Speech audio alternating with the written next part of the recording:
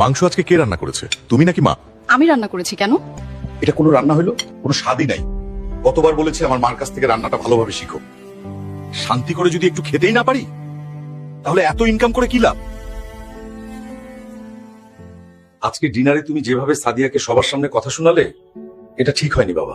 সাংসারিক কাজে বউদের একটু ভুল হয় বাবা, সেগুলো সবার সামনে বললে তার সম্মানটা কোথায় থাকে? এই কথাগুলো বউকে পার্সোনালি বলতে হয় বাবা, কারণ তার নিজেরও তো একটা আত্মসম্মান বোধ আছে। তুমি যখন সবার সামনে বউকে অপমান করো তখন অন্যরাও এটার সুযোগ নেয়। পরের মেয়ের দোষের শেষ নেই, এই কথাটা তোমাকে বুঝতে হবে। তোমার মায়ের ৩৪ বছরের সংসারের অভিজ্ঞতা আর আমার মেয়ের মাত্র 2 বছরের এই পার্থক্যটা তোমাকে বুঝতে হবে। 30-40 বছর অভিজ্ঞতার সাথে 2 বছর অভিজ্ঞতা কখনো মিলবে না বাবা। সময় এলে সব ঠিক হয়ে যাবে। একদিন তোমরাও বাবা মা হবে, তখন তোমাদের সামনে কেউ যদি তোমার সন্তানকে ছোট করে কথা বলে তখন তোমারও খুব খারাপ লাগবে। তাছাড়া ইসলামে খাবারের খুঁত ধরতে নিষেধ করা হয়েছে বাবা, এই দিকটাও আমাদের মনে রাখতে হয়।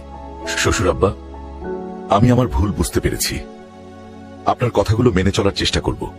তোমাকে ডিনারের সময় কথা শোনাইছি, এর জন্য সরি। আমার ভুল হয়েছে, আর কখনো এমন হবে না।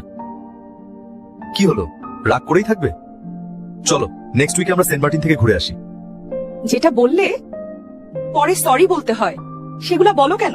তোমার যদি কিছু বলার থাকে আমাকে পার্সোনালি বলবে, তোমার বাবা মায়ের সামনে বললে আমার খারাপ লাগে।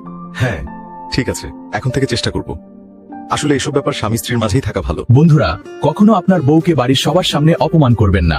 স্ত্রীকে সম্মান দিলে সংসার আপনা আপনি সুন্দর হয়ে যায়। এরকম আরো ভিডিও পেতে চাইলে চ্যানেলটা সাবস্ক্রাইব করুন।